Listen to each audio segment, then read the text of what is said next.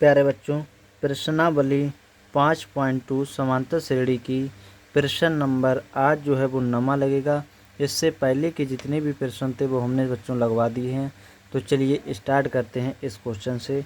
कह रहा है, यदि किसी समांतर श्रेणी के तीसरे और नवमें पद पर क्रमशः 4 और -8 है तो इसका कौन सा पद शून्य होगा। बच्चों, तीसरा पद 4 दे दिया, नौवां पद -8 दे दिया, हमसे ये पूछा कौन सा पद शून्य होगा।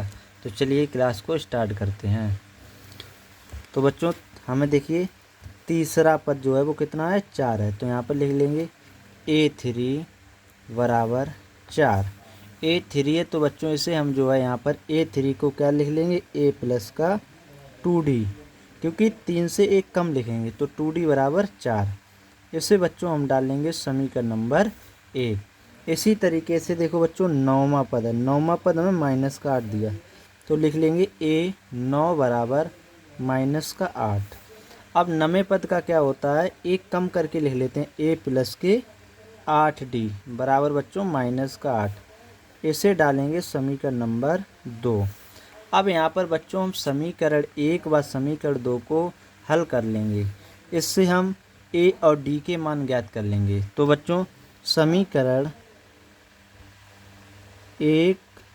2 में समीकरण 1 को घटाने पर, समीकरण 2 में समीकरण 1 को घटाने पर, तो बच्चों समीकरण 2 लिख लेंगे A प्लस के 8D बराबर -8 और A प्लस का 2D बराबर 4।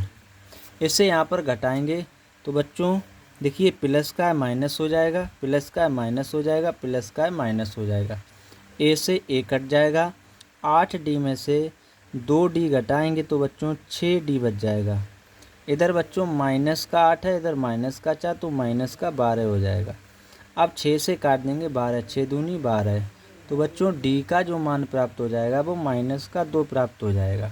जब D का मान हमने -2 निकाल लिया, यही D का मान चाहे समीकरण बच्चों 1 में लगा दो चाहे समीकरण 2 में लगा दो, हमें जो है A का मान प्राप्त हो जाएगा। तो D का मान किस में लगाएंगे, समीकरण 1 में। तो यहाँ पर लिखेंगे D का मान समीकरण 1 में रखने पर, D का मान समीकरण 1 में रखने पर, तो समीकरण 1 दिया हुआ A प्लस 2D बराबर बच्चों 4।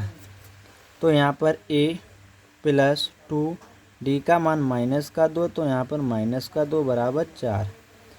A प्लस का गुणा माइनस करेंगे, -2 का गुणा 2 में करेंगे 4 हो जाएगा बराबर 4।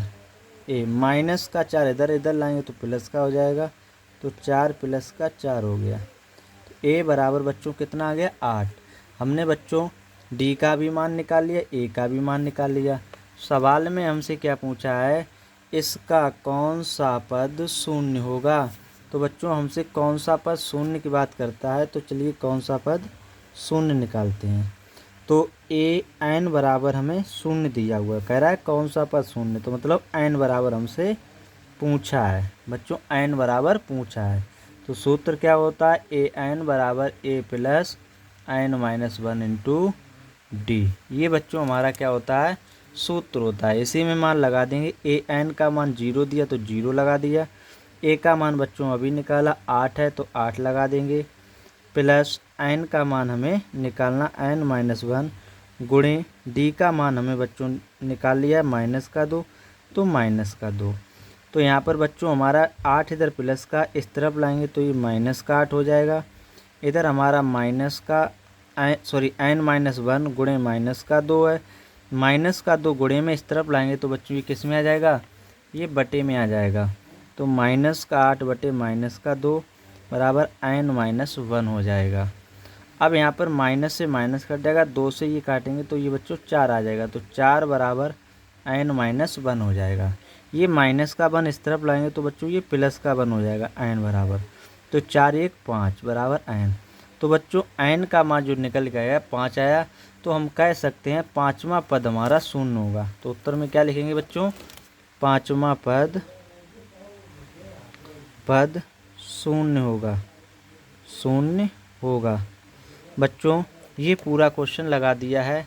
अगर ये इस क्वेश्चन की पीडीएफ अगर प्राप्त करना चाहते हो तो हमने डिस्क्रिप्शन में लिंक दे दिया है, उस लिंक से जाकर आप क्लास की पीडीएफ जो है इस क्वेश्चन की वो ले सकते हो बिल्कुल फ्री में। चलिए बच्चों क्वेश्चन नंबर अब हम देखते हैं 10वां, क्योंकि नवा क्वेश्चन लगवा दिया है। 10वां क्वेश्चन कह रहा है किसी समांतर श्रेणी का 17वां पद उसके 10वें पद से 7 अधिक है, इसका सार अंतर ज्ञात कीजिए। किसी समांतर श्रेणी का 17वां पद जो है उसके 10वें पद से 7 अधिक है, तो इसका सार्वंतर ज्ञात कीजिए। तो चलिए बच्चों कैसे लगाते हैं इसको समझते हैं। तो बच्चों क्वेश्चन कह रहा है 17वां पद, तो ए 17 लिख लेते हैं। और कह रहा है 10वें पद से, तो 10वां पद लिख लेते हैं।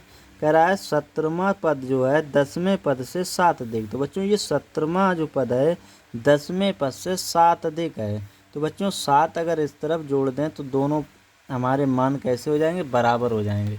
तो चलिए इस क्वेश्चन को हल करते हैं। तो ए 17 का मान होता है ए प्लस के 16d बराबर ए 10 का जो सूत्र होता है वो ए प्लस के 9d होता है प्लस का 7।